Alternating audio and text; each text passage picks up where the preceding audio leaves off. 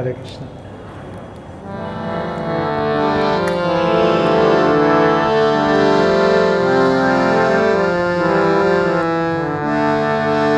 Radha Madhava Kunja Bihari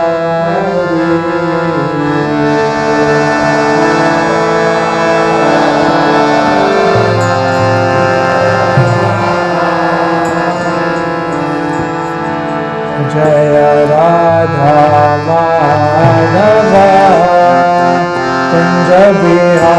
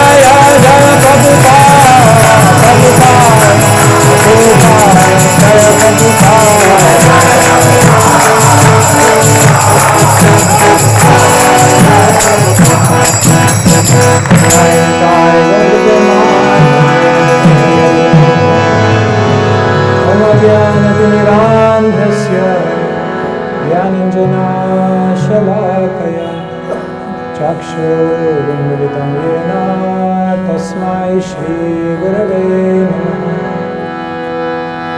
नमो विष्णुपदाय कृष्णप्रेष्ठाय भूतले श्रीमते भक्तिवेदान्त स्वामी नामिने नमस्ते सरस्वती देवे गौरवाणी प्रचारिणे निर्विशेष शून्यवादी पश्चात्देशकारिणे श्री कृष्ण चैतन्य नित्यानंद श्री अद्वैत गदाधर श्रीवासुदेव गौरा भक्तवृंद हरे Krishna Krishna Krishna Hare Hare Ram Ram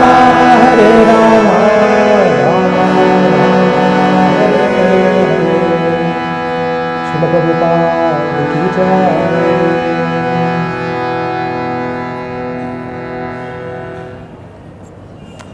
Hare Krishna.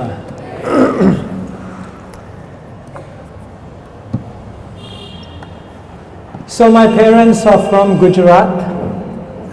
Any Gujaratis in the crowd? Okay. Kem cho?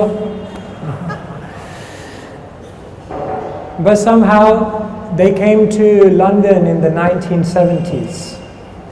So I grew up in London.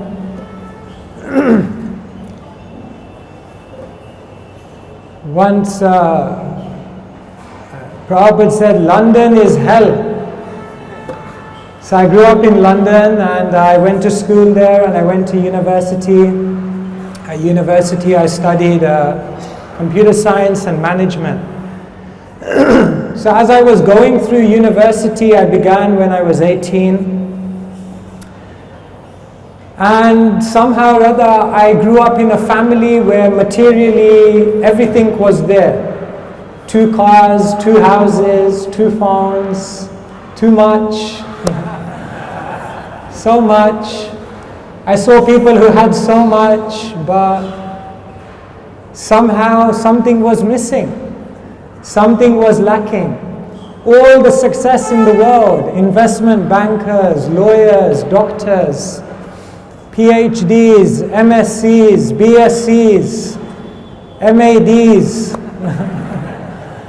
all the degrees, all the jobs, all the possessions, all the positions. But still something was missing. So as I was going through university, I was thinking there must be more. There must be something more. And that's when I began studying Bhagavad Gita. And of course, Krishna explains in Bhagavad Gita, Yehi samsparsha jaboga dukkha yonaya evate adyantavanta konteya nate shuramate Buddha.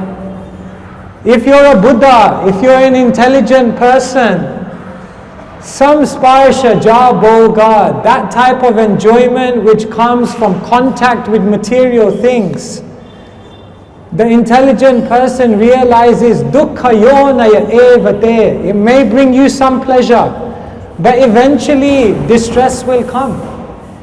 Because everything in the material world ends. Everything in the material world finishes.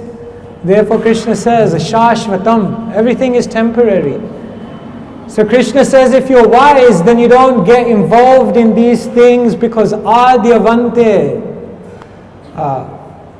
they have a adi and they have a anta. They have a beginning and an end. So when I read Bhagavad Gita, it all began to make sense. And by the time I finished my degree, I realized I don't want to do anything with this degree. So then I had to convince my father, who had spent tens of thousands of pounds into my education, that I was not going to get a job in the city of London, but rather I wanted to travel to India to find out the goal of life. So, yeah, just like this, the lights went out. It was the darkest moment in my father's life.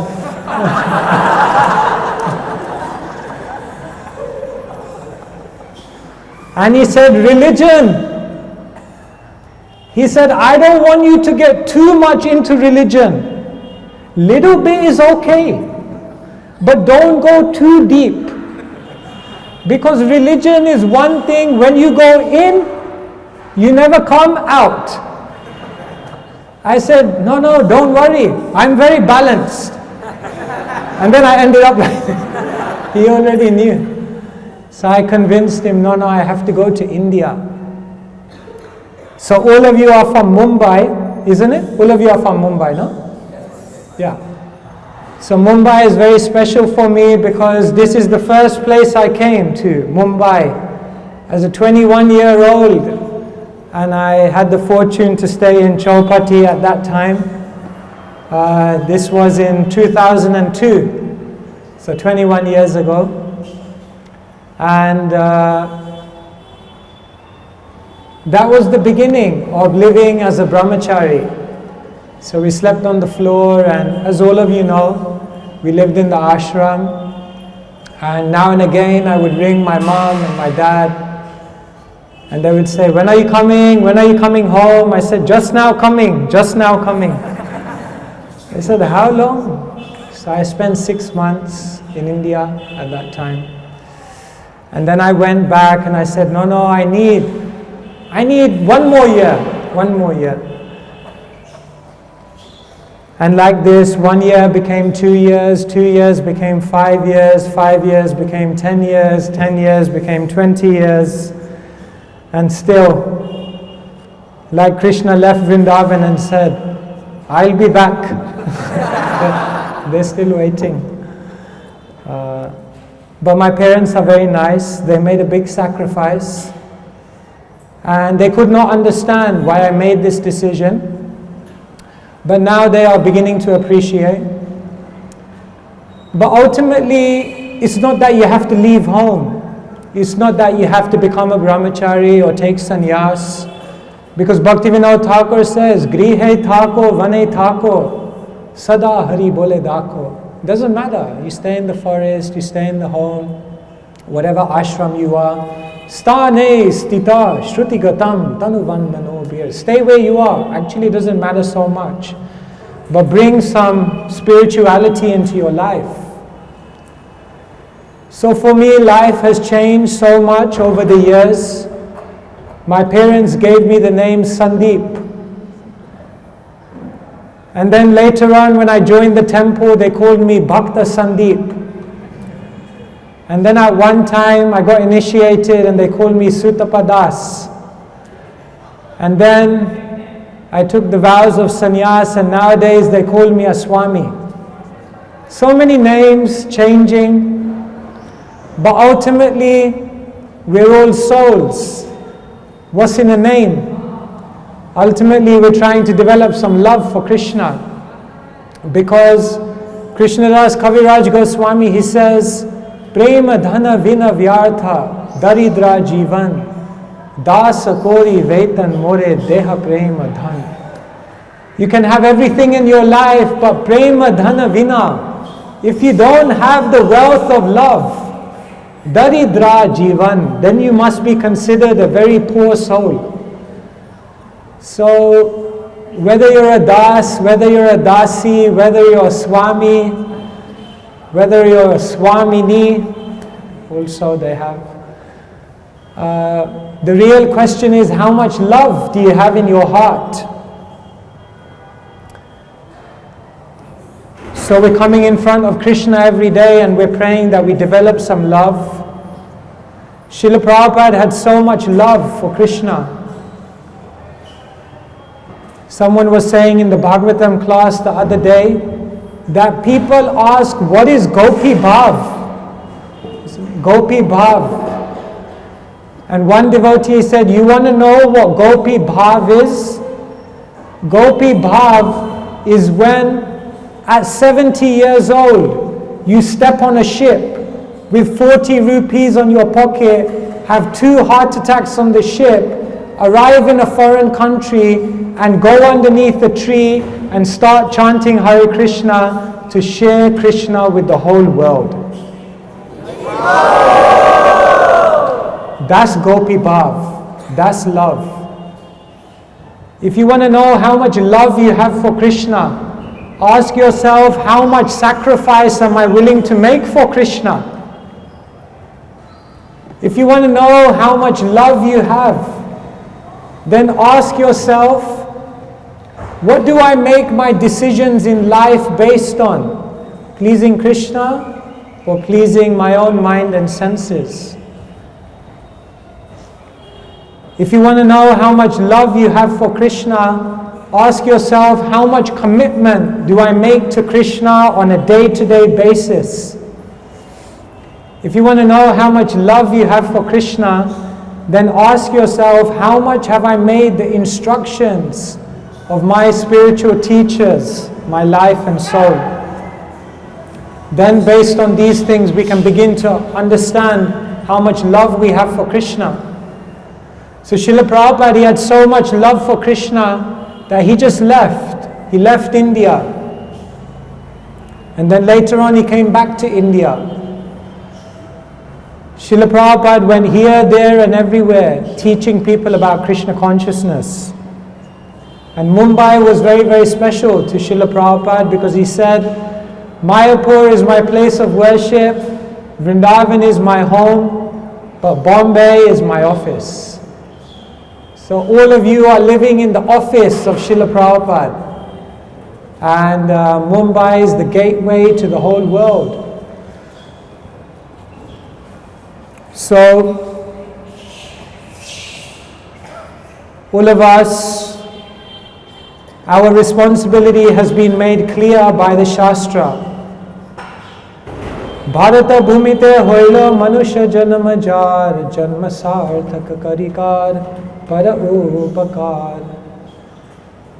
Chaitanya Mahaprabhu has said that two things in your life, Janma Sarthaka. First, you have to make it successful. First, you have to develop love. You have to develop Krishna consciousness. It's not that we're just here to believe in Krishna. It's not just here that we're doing sadhana. We're reading, we're chanting, we're doing the practices of Krishna consciousness. Not just that. But through all of this, we should be experiencing Krishna. We should feel a relationship with Krishna. We should feel that Krishna is involved in my life every single day. This is what it means to be Krishna conscious. But not just that, we also have to give Krishna to others. Because we are not going to perfect our lives based on our own determination. We're going to perfect our lives if we're determined, but also if we get mercy, if we get grace, if we get blessings. And when we give Krishna to others, when we share Krishna consciousness, then so many blessings come. In the Muslim literature, there is one verse. It's a very nice verse actually. It goes like this. If you make a prayer to God, then you go halfway to God. But if you make a vow to God, then you reach the door of God. But if you share God with others, then God opens the door from the inside. So that's very nice. Because most people are simply praying to God. So that will take them some distance to God. But then more advanced people, they are doing some sadhana, some vows, some commitment to God. So that's very nice. That will take you to the door of God. But still you can be at the door of God, but you can't open the door. For that, you need to share God with others. For that, you need to share Krishna with others. For that, you need to attract the attention of Krishna. And therefore, sharing Krishna consciousness is so much a part of our tradition.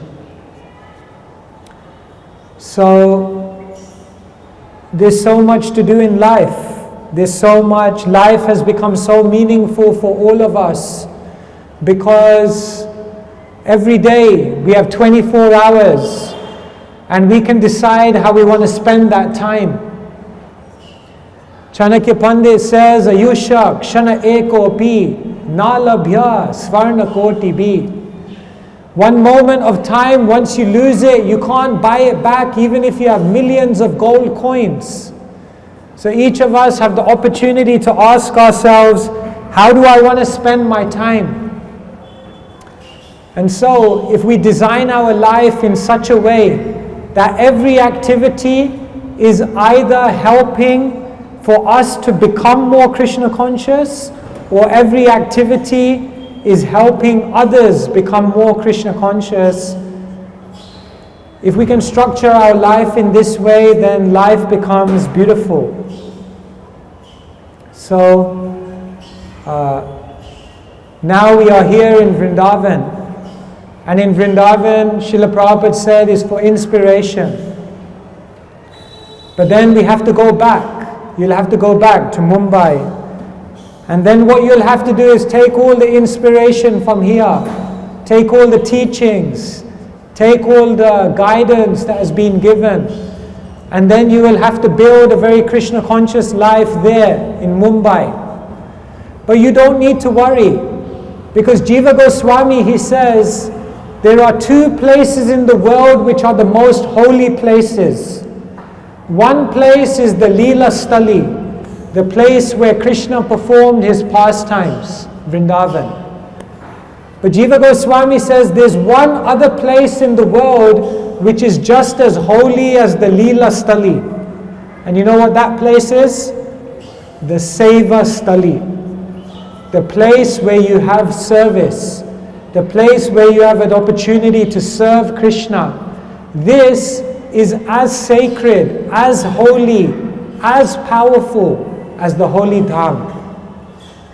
So Mumbai is a very holy place because in Mumbai you have the opportunity to associate, to serve, and to do so many things to advance your own spiritual consciousness. And so please take the inspiration from Vrindavan and now go back to Mumbai, become even more inspired in your Krishna consciousness, and do amazing things.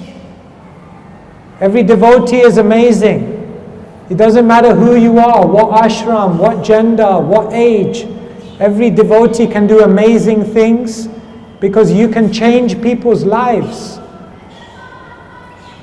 If this whole room would become dark and we just lit one candle, then from one small candle so much light comes. So in this Kali Yuga, in this dark world, every Vaishnav is like a candle, and every Vaishnav can bring so much light to the world. So each one of you are all candles, and so you have to go back and burn brighter and then share that light with the world. So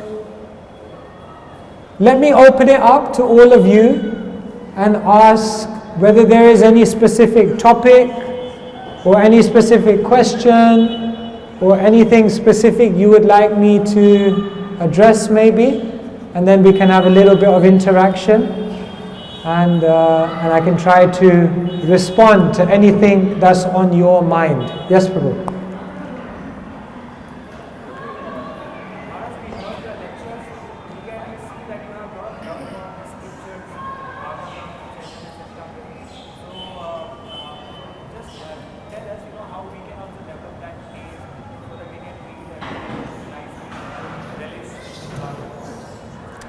Okay, so Prabhu is asking, there are some Vaishnavas, not me, but other Vaishnavas who have so much taste for Shastra. So how do we develop that kind of love for Shastra? Yes, the Vaishnavas have so much love for Shastra. One day in his dream, Sanatan Goswami had a dream that one Brahmin boy came to him in a dream and gave him Bhagavatam. So in his dream, he was so happy, I received the Bhagavatam. But then he woke up and he realized, oh no, it's only a dream. I didn't receive the Bhagavatam, I'm so unfortunate. And he was lamenting, crying. But then that very day, a Brahmin boy came to him and gave him Bhagavatam. And from that day, Sanatana Goswami was reading Bhagavatam again and again. Sanatana Goswami developed so much love for the Bhagavatam. What did he say? Madeka bandhu, mad sangin, mad guru, mad mahadana, mad nishtaraka, mad bhagya, madananda namostute. He said the Bhagavatam, Madeka bandhu, the Bhagavatam is my best friend. Mad sangin, the Bhagavatam is my constant companion through life. Madguru, the Bhagavatam is my spiritual master. Madhana, the Bhagavatam is my greatest wealth. Madananda, the Bhagavatam is the source of my happiness. Manishtaraka, the Bhagavatam is lifting me up. Madbhagya, the Bhagavatam is the best thing that happened in my life. So imagine one day we could say like that. The Bhagavatam is my best friend. So how do we develop that kind of love for the Bhagavatam? First thing is, if you want to develop a friendship with someone, you have to spend time with them. So if you don't spend time with the Bhagavatam, if you don't spend time reading Shastra every single day, if you don't give the Bhagavatam the best time of your day, when was Srila Prabhupada translating Bhagavatam? In the best time of day, the early morning, the best time of day for the Bhagavatam. So the first thing is, if you want to develop love for scripture, you have to give time to scripture. No time, no friendship. So first thing is, give time. Second thing is, you have to give patience for a relationship to develop.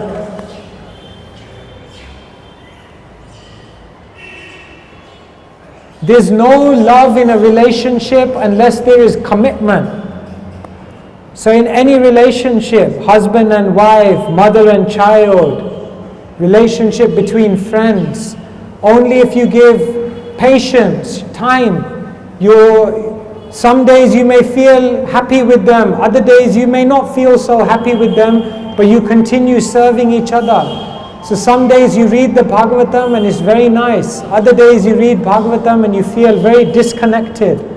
But you still keep reading Bhagavatam. Stay patient.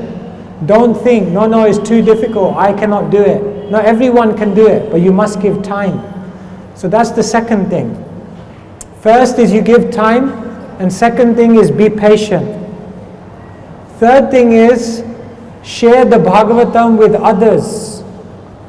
Bhaktivinoda Thakur, he says, Shastra is not that you should just take it and imprison the knowledge in your own heart.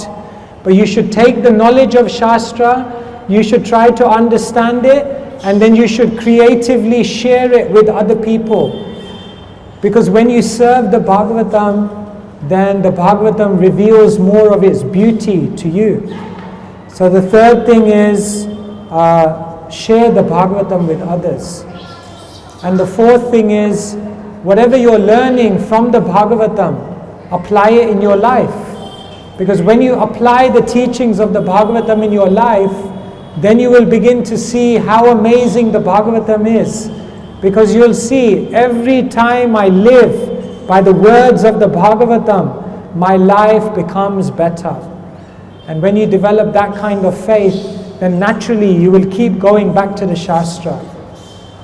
So if you want to develop love for Bhagavatam, it's possible. But first thing is give time. Second thing is be patient, even when you don't feel so inspired reading. Third thing is try to share the Bhagavatam with others. And fourth thing is try to live it, apply it, and practice it in your life. Then you will get more realization of that knowledge. Is that okay? Thank you. Yes. Thank you for this wonderful answer. So I've got two questions. So first one being, numerically speaking, many of us over here are less than 5 years into Krishna consciousness, right? So I just want to ask you, how did this Krishna consciousness evolve for you, especially during 3 milestone years, being 5 years down the line, 10 and 20? If you could kindly share, that would be really inspiring and something to look forward to for a lot of us. And there's another question, which is about material discussed. Sometimes the Hokar group talks about it. Just want to know, should we actually pursue it or does it evolve naturally, and your thoughts on that? Sorry, I didn't catch the second question. About material disgust. Oh, material disgust. Does it naturally come or do you have to? Okay. Okay, so on your first question, what are the milestones? The first thing is, everyone is growing in their spiritual life in different ways. Some trees, they grow like 5 meters in the first year, and then after that the growth is very slow. And other trees, for 5 years there's no growth, and the 6th year it springs. So everyone is an individual, so everyone grows in different ways. So it's not that after this time frame this will definitely happen, this will definitely happen. But Rupa Goswami basically gives the progression. And the progression is Ado Shraddha. In the beginning you have faith. So all of you begun with faith. At some point along the line someone gave you faith that there is more to life than just getting a job, getting married, getting material things and then losing it all. There's more to life than that. Ado Shraddha. So all of you are already on that stage. But then Rupa Goswami says, Tatha Sadhu Sangha. Then the next thing you do is you associate with the devotees. So all of you know, devotees are very dangerous. Sometimes I say devotees are agents of Vamandev, isn't it? Because Vamandev, Bali Maharaj asked Vamandev, what do you want? He said, I don't need much, just give me 3 steps of land. And then he took over the whole universe. So the devotees come into your life, sadhu sangha, and they say, you don't have to change your life. Just add a little bit of Krishna. And before you know it, they've added so much Krishna, there's nothing left, no more room. So sadhu sangha, you began associating with devotees. And then what happened? The devotees engaged you in service, bhajana kriya. So service began. When service begins, bhajana kriya, it means daily. Previously, maybe you were going to the temple on Sunday, maybe Saturday and Sunday. But when you start going to the temple on a Friday, then your relatives begin wondering, Friday? No, temple is Sunday, Friday. And then when you start chanting at home every day, this is bhajana kriya. Now Krishna consciousness becomes a part of your daily life. So that's another stage. And then what happens after that? Anartha nivritti, isn't it? Then once you begin practicing spiritual life, then all the impurities come up in your heart. One devotee, he was chanting for some months and then he came back and he said, Prabhu, I need to stop chanting. From this chanting, so many material desires are coming in my heart. I said, no, they were already there. Now you recognize. So then you begin recognizing, heart becomes cleansed. Then what is happening? Nishtha. Then after you're sufficiently purified, then you gain some conviction. Now even if someone comes to you with so many arguments, why Krishna consciousness is not a good thing, why the Hare Krishna movement is not a good thing, why science has answered all the questions of life, how we don't need God because now we have artificial intelligence. No, Nishta. I'm convinced because I've experienced Krishna. And once you're convinced, then ruchi, then some real taste comes. And when the taste becomes more concentrated, ashakti, attachment, then you can't let that taste go. And when that becomes even more concentrated, bhava, that attachment goes deep and begins to touch the heart in many ways. And then prema, love. So this is the progression. But what will happen is it's not stage by stage. Even if you are doing sadhu sangha, already you are doing some anartha nivritti already. So the stages before, you already experience them, even at the stages, the early stages. And even when you are at the advanced stages, it's not that you stop doing the primary stages. But this is the general progression.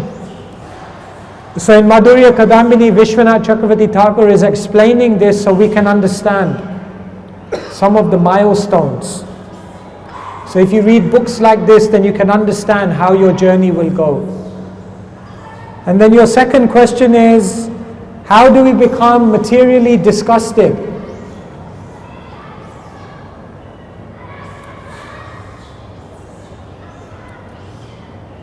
Krishna will make arrangements in everyone's life to show them that happiness is not here in the world.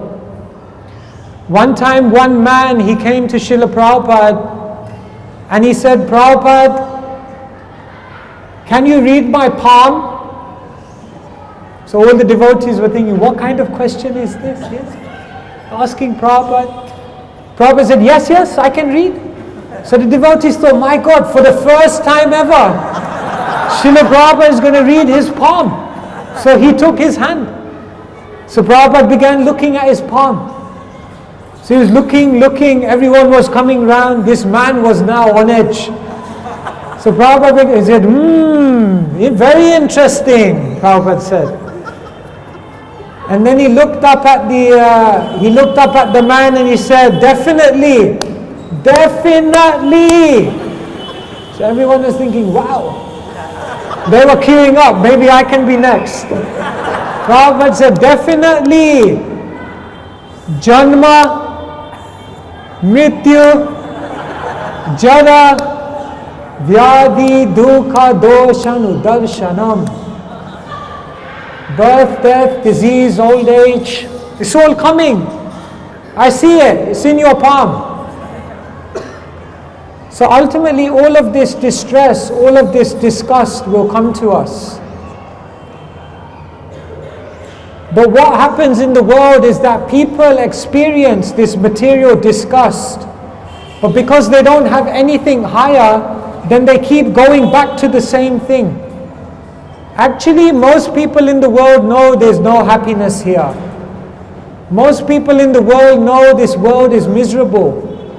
Most people in this world realize actually none of it works. But the problem is, they don't have anything to replace it. Therefore, what does Krishna say? Vishaya vinivartante niraharasya dehina raso varjam rasopyasya param dreshtva nivartate. You can only give up that rasa if you experience the higher rasa. So therefore, material disgust will come. And as long as we're tasting Krishna consciousness, then when those times of disgust come, then we will realize, yes, I must go deeper into Krishna consciousness. Because in this world, nothing will work, nothing will happen, nothing will make me happy. Ultimately, everything will fail. So,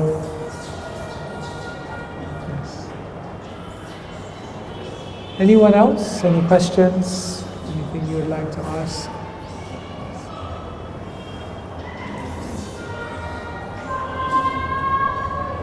Hare Krishna Maharaj. Maharaj just spoke about developing a love for Krishna. in our any spiritual activity. But when we practice spirituality and when we get seva also, we tend to lose this aspect that the activity is for love, for the developing love for Krishna or for his pleasure. We do that activity more kind of, it has been told to us to do. So how to be conscious of that aspect? This is for every activity of spiritual deed or seva. It is for Krishna's pleasure. Yeah, the tendency over time is to become mechanical in Krishna consciousness, isn't it? Once there was one man, he was driving on the road. So on the side of the road, he saw two men with spades. And one man was digging up the hole, and the other fellow with the other spade, he was taking the same dirt and putting it back in the hole. So this man was looking and he thought, that's a little bit strange. One is digging it up and the other one is putting it in. After 1 hour he came back and they were doing the same thing. So he went up to them. He said, what's the meaning of this? One of you is digging up the hole, you're taking the dirt out, and the other one, you're taking the same dirt and you're putting it in the hole. They both looked at him and they said, we're doing our job. He said, what kind of job is this? They said, we're planting trees. But our colleague, the third guy who puts the seed in, today he's off sick. But the show must go on. We still have to do our job. This guy thought, these guys are crazy. So sometimes our Krishna consciousness can become like this. We just do the activity, but we forget the essence, the remembrance, the consciousness, the devotion, the bhav, the sincerity, the intention. This is the real thing in Krishna consciousness. So how do we break out of becoming mechanical? Therefore, whatever activity you're doing, first try to understand, try to bring some depth to that activity. So say for example, japa. Japa can become very mechanical. So then what you can do is you can read books on japa to remind yourself of why this activity is so wonderful, why this activity is so powerful. And then when you read about japa, when you then go and sit down to do your japa, then you'll be more conscious, more aware. When you're doing service, then what you can do is sometimes before doing the service, we used to go out on book distribution, and the first thing we used to do when we arrived on the street to distribute books is all the devotees would come together and everyone would say one thing about the importance and the power of distributing books. So then we begin the day with that meditation. So when we're out there distributing books, we do it more consciously. Sometimes your reading can become mechanical. So then what you do is you come to a place like Vrindavan and then you take the books, but then you go to the pastime places. So yes, you go to Kaliya Ghat, but then you read the pastime of Krishna subduing the Kaliya demon at Kaliya Ghat. And you try to visualize in your mind what could have that have been like, and then you bring more consciousness to your reading. So in Krishna consciousness, we have to just make all of the activities more and more deep, more and more conscious, more and more aware. Otherwise we become like those people who are just doing their job but have missed the point. You see? It's so easy to miss the point in Krishna consciousness. Like Bhagavatam says, Yatirtha buddhi shalile nakarhe chich. If you come to a holy place, but you don't associate with the sadhus, then you miss the point. Bhagavatam says, Archayam eva hariye pujam ya shradhaye hade natad bhakteshu chanyeshu. If you worship the deities, but you don't know how to respect the devotees, then you've missed the point. The Bhagavatam says, Dharma svanustita pumsham vishvakshena kathashuya notpadayed yadiratim. if you do all of your dharma in life perfectly, but you don't develop bhakti, then you've missed the point. So in Krishna consciousness, it's so easy to miss the point. So we have to make sure we don't miss the point by always becoming more and more conscious and aware of what we're doing, why we're doing it, and how this activity is so powerful if I bring my heart and mind into it. Is that okay?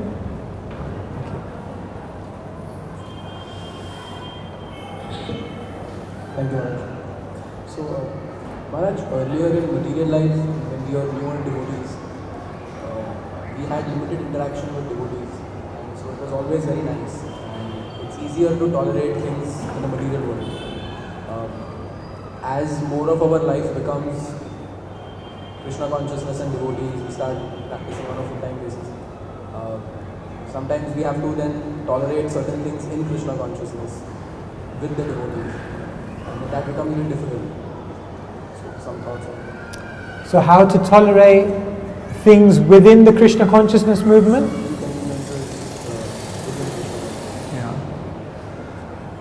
Yeah, there's so much to tolerate, isn't it? One devotee came to Srila Prabhupada. She said, Prabhupada, I just can't tolerate this devotee anymore. Prabhupada said, you have to tolerate him just as I'm tolerating you. So, there's so many, it's not so easy. You have to tolerate the devotees. You have to tolerate, sometimes there's also politics, you have to tolerate. Sometimes there's some inconvenience. Krishna's first instruction to Arjuna in the Bhagavad Gita is just that. Matra svarshastu konteya sitoshna sukadukada agama paino nityas tam sitikshashva bharata. And somehow or other you have to learn to tolerate. Wherever you go in this world, you have to tolerate, because this world is designed to make us uncomfortable. Even in the Krishna consciousness movement, Srila Prabhupada said we should not expect utopia. It's not that when you come to Krishna consciousness, it's again the spiritual world here. It is the spiritual world, but we're still all dealing with material anarthas. Welcome to the hospital. Everyone is sick, and they're all getting better, but still they're sick. So in the beginning, when you come to Krishna consciousness, you think everyone's a pure devotee. Later on you think, maybe there are a few pure devotees. Then you think, there are not any pure devotees, I am the one, the only pure devotee. And then you realize, actually I'm not a pure devotee either, you know. Everyone is struggling. Material world means a place of struggle. When a caterpillar is becoming a butterfly, then for a caterpillar to become a butterfly, it comes out of a cocoon, you understand? Like a little shell. So once there was one man and he was seeing that there was a caterpillar, it was trying to come out, the butterfly was trying to come out, but it was struggling to break this cocoon.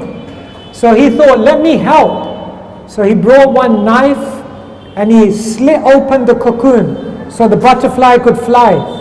So he opened it up, the butterfly came out, it began flying, and after 10 seconds it went flat and it died. And then he realized, no, why did I do that? It was nature's arrangement.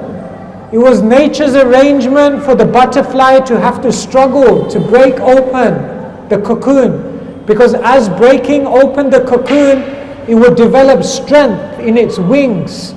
So then it would be able to fly for the rest of its life. So Krishna sends uncomfortable situations. Krishna sends discomfort. Krishna sends pain. Krishna sends things for us to tolerate, because all of this is helping us to realize, don't become comfortable in the material world. When we go through difficult situations, it forces us to cry out to Krishna. When we come across difficult situations, it forces us to go deeper into our sadhana. When we come across difficult situations, then we're humbled. And we're forced to become tolerant. And then when we're humble and tolerant, Kirtaniya Sada Hari, then you can chant incessantly. So tolerance is like a muscle, you see. If I say I want to develop muscles, so I'll just lift my bead bag every day. There needs to be some resistance, otherwise there's no muscle. So Krishna sends difficult situations, there must be some resistance. And that helps us to develop the inner muscles so that we can chant with purity. So, yes. But one thing that helps is have some good friends in Krishna consciousness. Even if you can have 2 or 3 very good friends in Krishna consciousness that you can tell anything, that you can share your heart with openly, then even when you go through very difficult situations, your friendships with the Vaishnavas will carry you through. So,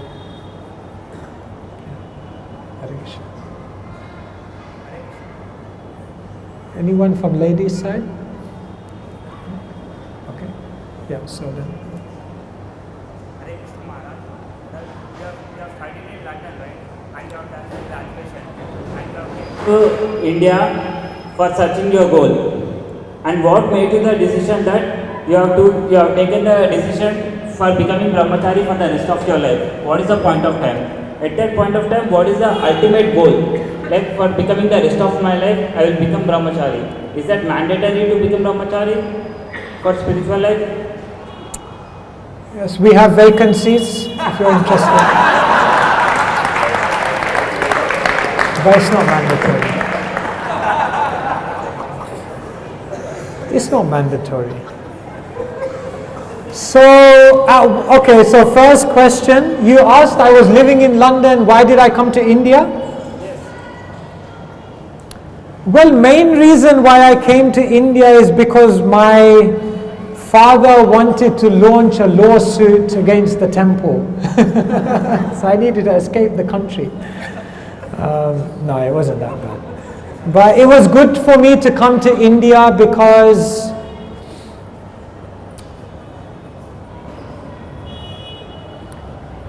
in your life, there are many noises around you. And I don't just mean the rickshaws and the monkeys, and there are so many noises of what people want you to do in your life. Society will place expectations on you. Your friends will put expectations on you. Your family will put expectations on you. And it's not that these things are bad, but sometimes there's so many noises that you don't hear. What is my heart saying? What do I want to do? What is my calling in my life? Every person has to understand what is their dharma, what is their calling. That doesn't mean you shouldn't listen to your family, it doesn't mean you shouldn't listen to others, but along with listening to them, you also have to listen to your own heart. So for me, going away from my normal place allowed me some time to really ask myself the question, what do I want to do with my life? Because sometimes you can live your life and 50 years down the line you will look back and you'll say, I did everything that everyone else wanted me to do, but I didn't follow the calling of my heart. So sometimes it's good to disconnect from your normal situation. You see, when you come to Vrindavan, this is like a disconnect from Mumbai. And here you can begin hearing different things, hear your heart. What do you really want to do with your life? So first thing is, sometimes going away from your normal situation is good for that reason. Other thing is, India is the land of Dharma. India has the Dhams. See, Vrindavan is called a Tirtha. What does a Tirtha mean? A Tirtha means a bridge. A Tirtha means a connection point. A Tirtha means an entrance to the spiritual world. So India is full of Tirthas. So when you come to the holy places in India, then you immediately gain some spiritual progression. So India is a very good place for spiritual development. Therefore we come.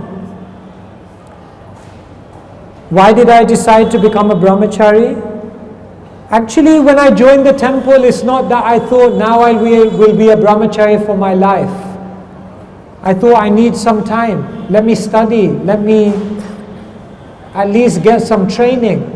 For 20 years of my life, I studied for a material education. Let me study at least 1 year for spiritual education. If I could give 20 years for material education, why can't I give at least 1 year to study the goal of life? So that's what was my intention. And then as time went on, then I realized that yes, this was my dharma. So for some people, it's their dharma to live as a renunciate. For other people, it's not their dharma. But that doesn't matter. Like I said in the beginning, Srila Prabhupada wasn't a brahmachari. Srila Prabhupada was a householder. Bhaktisiddhanta Saraswati was a brahmachari. Look at the Panchatattva. Chaitanya Mahaprabhu was a householder. Gadadhar Pandit was a brahmachari. Vaitacharya was a householder. Srivas Thakur, householder. Nityananda Prabhu, anything and everything. Avadut. So everyone is an individual. So you have to learn to hear your own heart. You have to find your own calling. It's not for anyone to tell you. That doesn't mean you take guidance. You must take guidance from Vaishnavas. But eventually you have to make your decision. Just like Krishna says to Arjuna at the end of the Bhagavad Gita, Iti te jnanamakyatam guyat guyataram maya vimrashe dadashe shena yatha icha tatha guru. Krishna says to Arjuna, I've given you all the knowledge. Now you think about it, yata icha tatha guru. Now whatever is your icha, whatever is your desire, that you do. So you weigh it up. For some people, yes. One person, he came to me, he said, I don't know, should I get married? Should I not get married? What shall I do? So I told him a story. One time, one man, he came to Socrates. You understand Socrates, Greek philosopher? So he said, I don't know, should I get married or should I not get married? Socrates said, definitely you should get married. He said, why? He said, look, if your marriage is very nice, you'll be a very happy man. And if your marriage is a little bit up and down, little bit rocky, don't worry, you'll become a philosopher like me.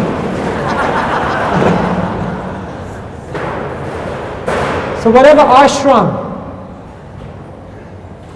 there will be challenges, there will be benefits, and know for sure there will be purification. Different type of purification. So if you're in the brahmacharya ashram, there's certain purification. The guy who sets his alarm clock the earliest is the one who sleeps the deepest. So his alarm clock is going off, everyone else wakes up, but he's in asleep. This is the purification of Brahmacharya ashram.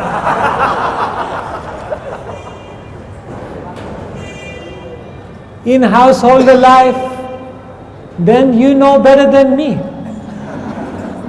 There is other types of arguments that go on.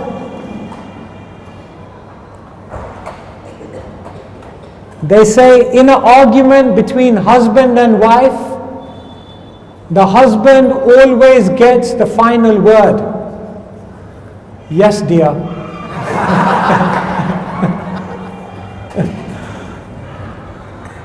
What to do? Grihe thako, vane thako, Hari sada Hari bole thako. So you choose a place from which you can be peaceful. You choose a place from which you can serve. You choose a place from which you can be absorbed in Krishna consciousness. And then, stane stita, stay there. Don't be restless. Otherwise, every brahmachari wants to get married. And every householder, you know what I'm saying. The grass is always greener on the other side. Is it? The grass is greener where you water it. The grass is not greener on the other side. The grass is greener where you water it. So wherever you find yourself, Prabhuji, my marriage is not perfect. Don't worry, nothing's perfect. It's perfectly imperfect.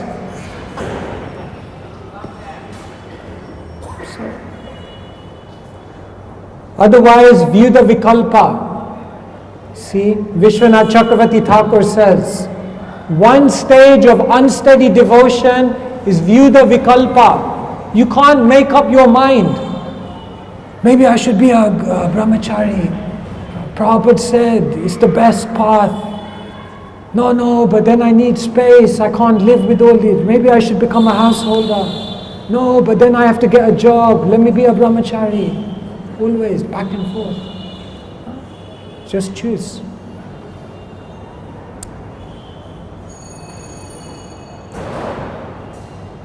Yeah, I hope that helps.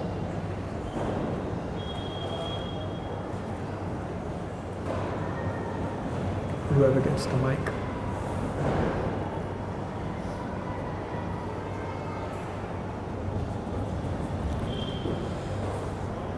Hare Krishna Prabhu. Prabhuji, do you differentiate mindfulness and spirituality, or do you feel it is same? Like one should focus on mindfulness, or spirituality is something different? Like just to fulfill your mind, or spirituality is different? According to you. Yena tena prakarena mana Krishna niveshayet. Fill your mind with Krishna. That's real mindfulness. So it depends how you define mindfulness. Yes, your mind should be full. Full of what? If you say mind should be full of Krishna, then yes, we're all for mindfulness. But otherwise, what does mindfulness mean in the world today? Mindfulness, it just means be peaceful, be calm, empty out all of your thoughts. Is this, okay, what will you do then? And then what's the positive? So in Krishna consciousness, what we're doing is we're learning to not just control the mind. We are not here just to control our mind, but we are here to absorb our mind in Krishna. What does Rupa Goswami say? Yuvatinam yatha yuni yunam cha yuvato yatha manobhi ramate tadvan manome ramatam tvai. Rupa Goswami says, just as the minds of young girls are naturally drawn towards young boys, and just as the minds of young boys are naturally going towards the young girls, Mano bhi ramate tadvan mano me ramatam tvai. Krishna, allow my mind to run towards you in the same way. What does Kunti Devi say? Tvai me nanya vishaya matir madhupate sakrit ratim advahatad adha gangevo gumadanvati. Just as the Ganga is flowing towards the ocean and nothing in the pathway of the Ganga can stop it, allow my mind to be drawn towards you with as much intensity. So when we become absorbed in Krishna, when we become, when we begin to see Krishna everywhere, see Krishna's hand behind everything, then this is real mindfulness. Because this is what Krishna is saying. Manmana bhavamad bhakto. Engage your mind in always thinking of me. Otherwise in the world, what does mindfulness mean? It doesn't mean anything.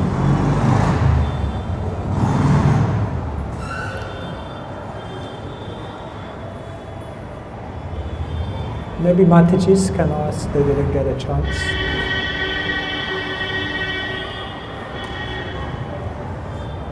Hare Krishna Maharaj. Actually, I have heard your couple of sessions, and in one of your sessions you explained about communication, and there are three kinds of communication as you explained, like Prajalpa, Vitanda, and Samvad, and Samvad is happening between Arjuna and Krishna. So I could perceive all around that most of the time the communication going on is either Prajalpa or Vitanda.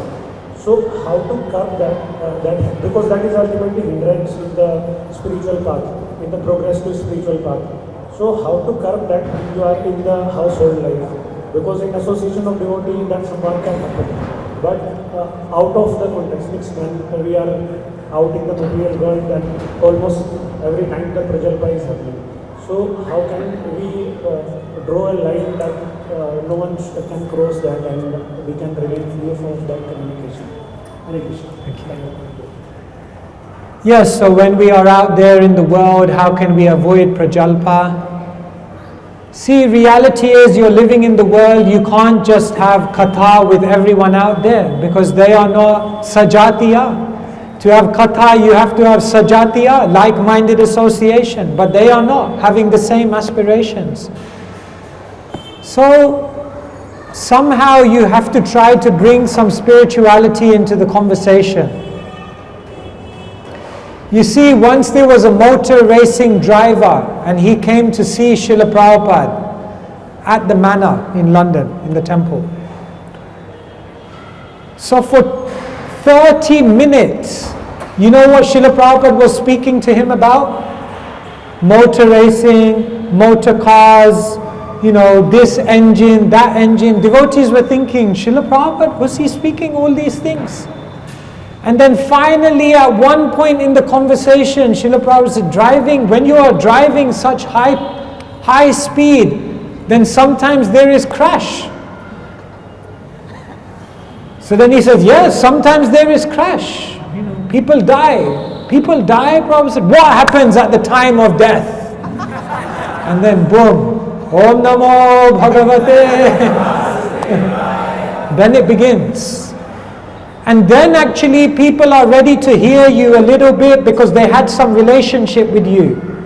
If he walked in and in the first moment, Srila Prabhupada said, isn't it? Mam upetya punarjanma dukhalaya mashashvatam. Boom, boom, boom, boom, boom. Shooting the bullets from the beginning. No one will listen. People don't care how much you know until they know how much you care. There's no question of having an elevated discussion if there's no relationship. So sometimes you have to do a little bit of small talk. Sometimes you have to. But a devotee in their mind, they're always thinking, how can I bring Krishna into the conversation? So when you're meeting people out there, instead of seeing that it's an obstacle, try to see, now I am in contact with all of these people. Maybe this is the only opportunity they'll get to meet a devotee. How can I now bring something in to get them thinking? And sometimes you don't necessarily have to begin with Krishna, Bhagavad Gita. You can begin with small things just to get them thinking a little bit deeper about life. So preacher must be expert. Preaching doesn't mean you just tell people about Krishna. Preaching means bring people closer to Krishna. And bringing them closer to Krishna, there's many ways to do that. So yes, sometimes you have to. Chaitanya Mahaprabhu, he had to listen to Sarvabhaum Bhattacharya for 7 days. Imagine that. Mayavad philosophy, 7 days. And then Mahaprabhu spoke to him. So sometimes you have to be a little bit patient with people. But eventually, you bring some Krishna consciousness in. Okay.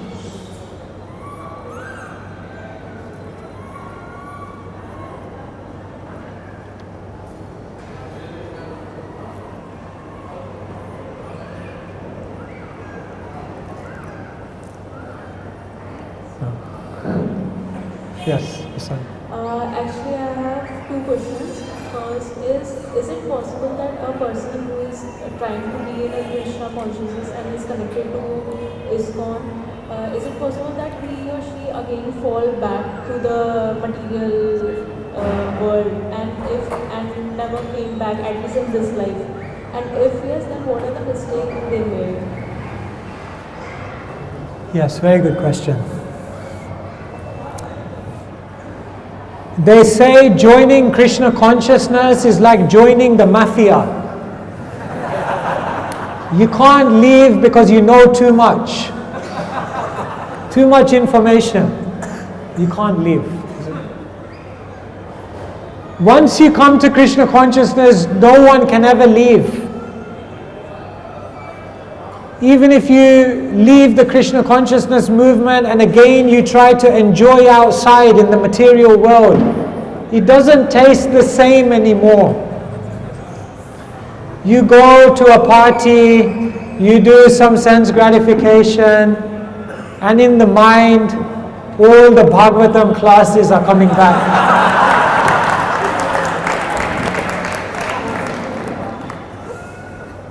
And I tell you, when you try to leave, somehow the devotees follow you.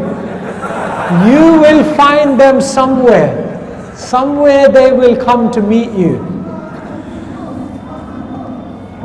So, Krishna says, Neha Vikramana Sosri Patyavayana Vidyate Svalpamapyasya Dharmasya Trayate Mahato Bhayat. In this endeavor, there is no loss or diminution. So however much progress you make, you'll continue on from that point. But yes, you're right. Sometimes people come to the movement and they do leave. Many people leave. But it's only a temporary. Eventually, either in this life or the next life, they will continue. They will come back. And why do they leave? There could be different reasons. If we become familiar with the devotees, then familiarity is very dangerous, because then we can become mechanical, we can become ritualistic, we can become inattentive, we can become offensive. And if we become inattentive, offensive, mechanical, then gradually we may lose our taste. And then when we lose our taste, then we try to go outside in the material world to try to taste there again.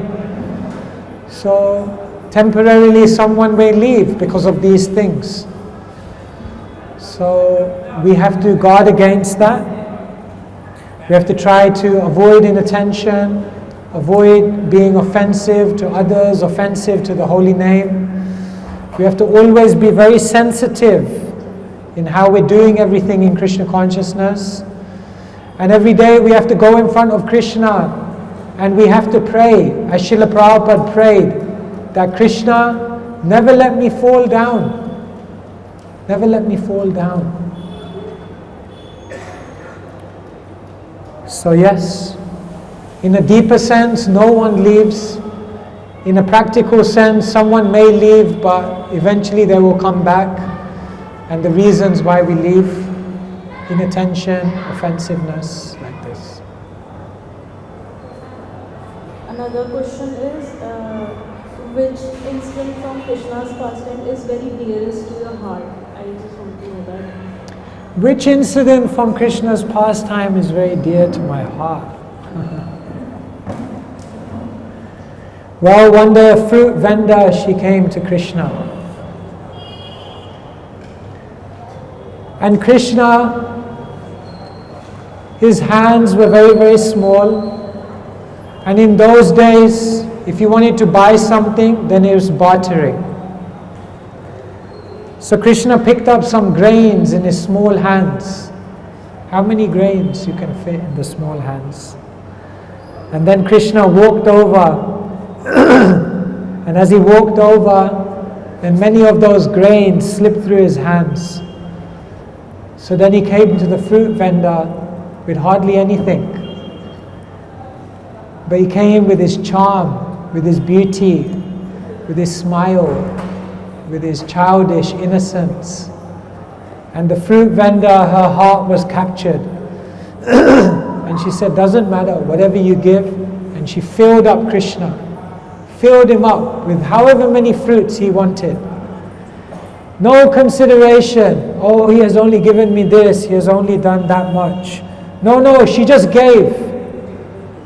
And when she turned around to her empty basket, then the whole basket was filled with jewels.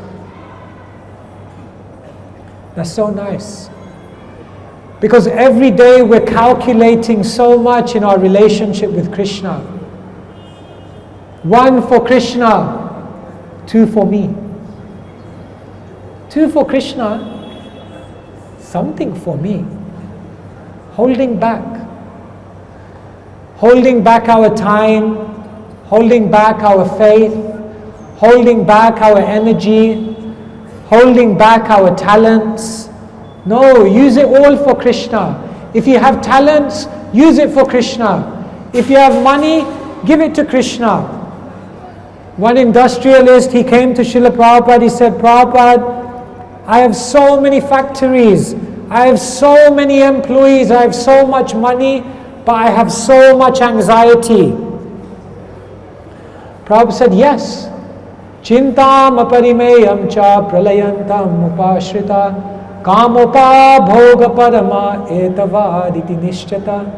If you have thousands of desires, chintam aparimeyam cha, then you will also have thousands of anxieties. So Prabhupada said, no wonder. So many factories, so much money, so many employees, still so many anxieties. Prabhupada said, don't worry, give it all to us. Prabhupada said, you'll be happy, we'll be happy, Krishna will be very happy. So give it all. If you have money, give it. Anyway, you'll lose it. Money gives you anxiety in the acquisition stage because you have to work like anything to get it. Money gives you anxiety in the possession stage because constantly you're thinking, someone's going to take my money, someone's going to take my money. And money gives you anxiety in the spending stage because you're thinking, I put so much energy into that, now it's going. In all stages, money gives you so much anxiety. So keep what you need, give it to Krishna. And then when you give to Krishna, when you don't hold back, then Krishna will give you everything. Krishna will not just give you everything, Krishna will give you His very self. And then when you have Krishna, you won't need anything else. The materialistic person is running around, thinking they're free, chasing so many material desires. But the saintly person is just sitting in one place. But actually, they're just sitting in one place. But actually, they are the most free person in the world because they don't have any desires. So, I like that story. Just give it to Krishna. Anyway, you're going to lose it. So Prabhupada said, ultimately, mrityu sarva haraschaham. Death will come and take everything. Death will come and take everything. So while you have an opportunity, give it to Krishna. Use it for Krishna. That will be very nice. I don't know. I'm okay. How are we doing for time?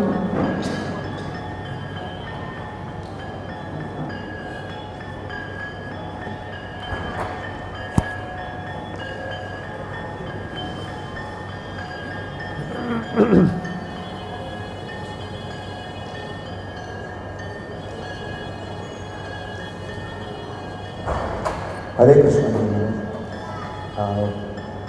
What does true renunciation mean? And shouldn't renunciation happen after self-realization?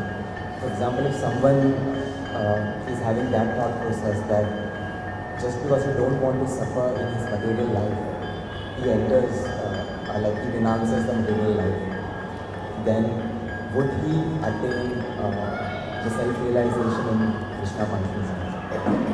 So, what is the correct way? So renunciation, the real renunciation is within, firstly. Karmanyeva adhikaraste ma phaleshu kadachana. Don't be attached to the fruit. What does Krishna say in 8th chapter of Gita? Anashrita karma phalam karyam karma karoti ya sasanyasi cha yogi cha na nirabnir na chakya. Who is a sannyasi? Is it one who has a danda? One who is dressed in saffron? No. Anashrita karma phalam. One who has no agenda to try to enjoy the things of this world. That person is the true renunciant. So first understand this is real renunciation. Basically there are 3 levels on which renunciation takes place. The lowest level of renunciation is renunciation out of frustration. Higher than that is renunciation out of knowledge. But higher than that is renunciation out of taste. So in Bhagavad Gita, Krishna says renunciation out of frustration is not good. That you give up something just because it's difficult. Because no, if you're in householder life, you can't just say it's difficult, now I walk away from it. I'll become a sannyasi. No, you took a responsibility, so now you work through that situation and take the purification. Not renounce out of frustration. So that's not good. But we do renounce out of knowledge. There are certain things that we renounce ourselves from, even though it doesn't come naturally to us, because we know it will help in the development of bhakti. So for example, we renounce meat, we renounce fish and eggs, we renounce intoxication, we renounce onions and garlic. Very difficult.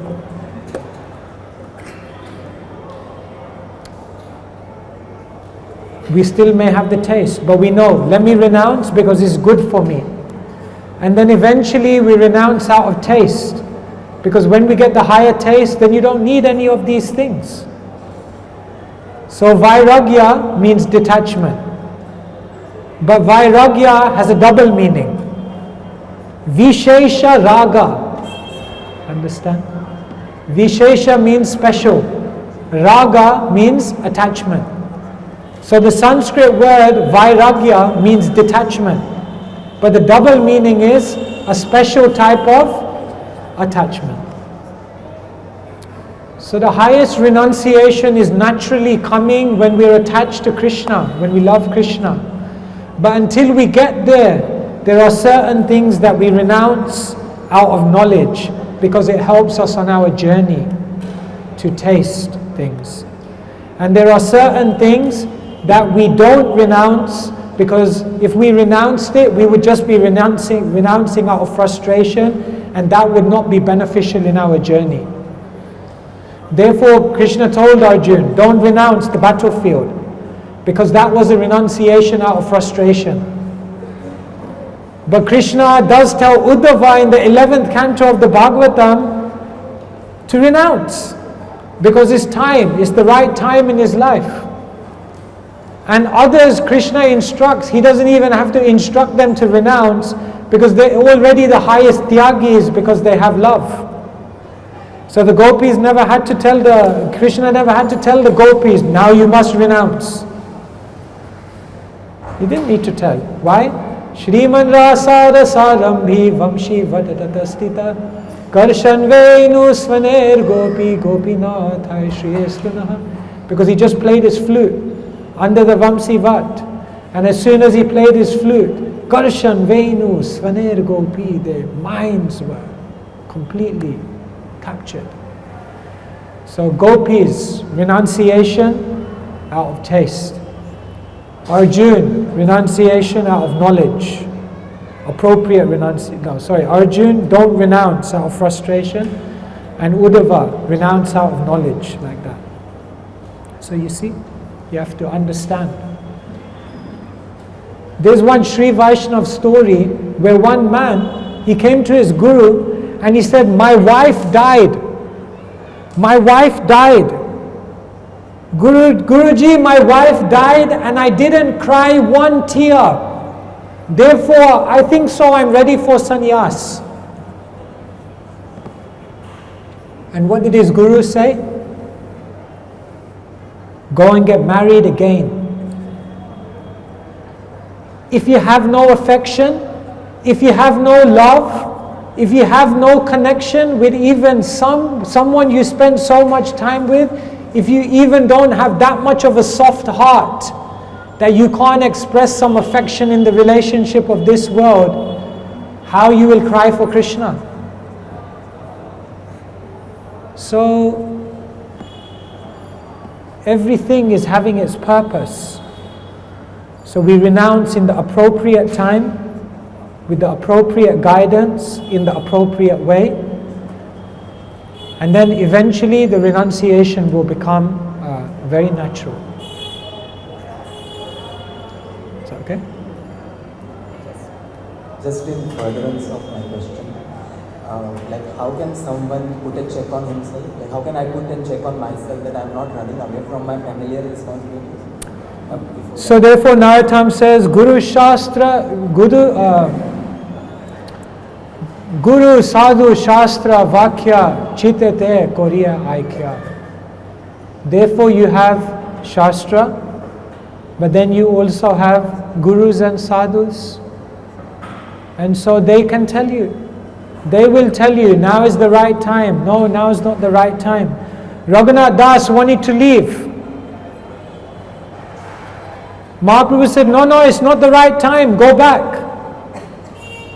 He tried again. Mahaprabhu said, no, don't be a madman, it's not the right time, go back. Paravyasinini nari vyagrapi griha karmashu tadeva svadayatyantar navasanga rasayanam. Mahaprabhu sent this message. He said, go back home just like a lady who is married, who has another lover. She does her duties at home twice as carefully, so no one will suspect anything, but constantly her mind is on her lover. So in the same way you go back, and when the time is right, then he went to Panihati, and then Raghunath Nityananda Prabhu brought his foot and gave him the mercy. Then it was the right time to leave. So for everyone there's a right time. For Srila Prabhupada the right time came. He got the instruction to preach all over the world in 1922. So did he just leave home and no? He waited for the right time. Raghunath Das Goswami waited for the right time. Raghunath Bhatta Goswami, Mahaprabhu told him, your parents are still elderly. I want you to go back. I want you to care for your parents. And when they have left this world, then you come and join in Vrindavan with the other Goswamis. So everyone has their own path. Tomorrow you will go on Govardhan Parikrama, isn't it? So when you go around Govardhan, then you'll see different people do Parikrama in different ways. Some people they do with their shoes on, because that's what they can manage. Some people they do with their shoes off. Some people do Dandavat Parikram. Some people do 108 Dandavat Parikram. Some people take the inside route. Some people take the outside route. Some people go around in a rickshaw. Everyone does parikrama in a different way because everyone's path is different. So how do you know that you're renouncing at the right time? Guru Sadhu Shastra Vakya Chitite Kuriya Aikya. Therefore you have to take guidance. And through that, then you will know what is the right time. Is that okay? Yes. Yeah, so we should. So time has come. So thank you so much. It was very nice to be with all of you, and we hope to come to Mumbai very, very soon.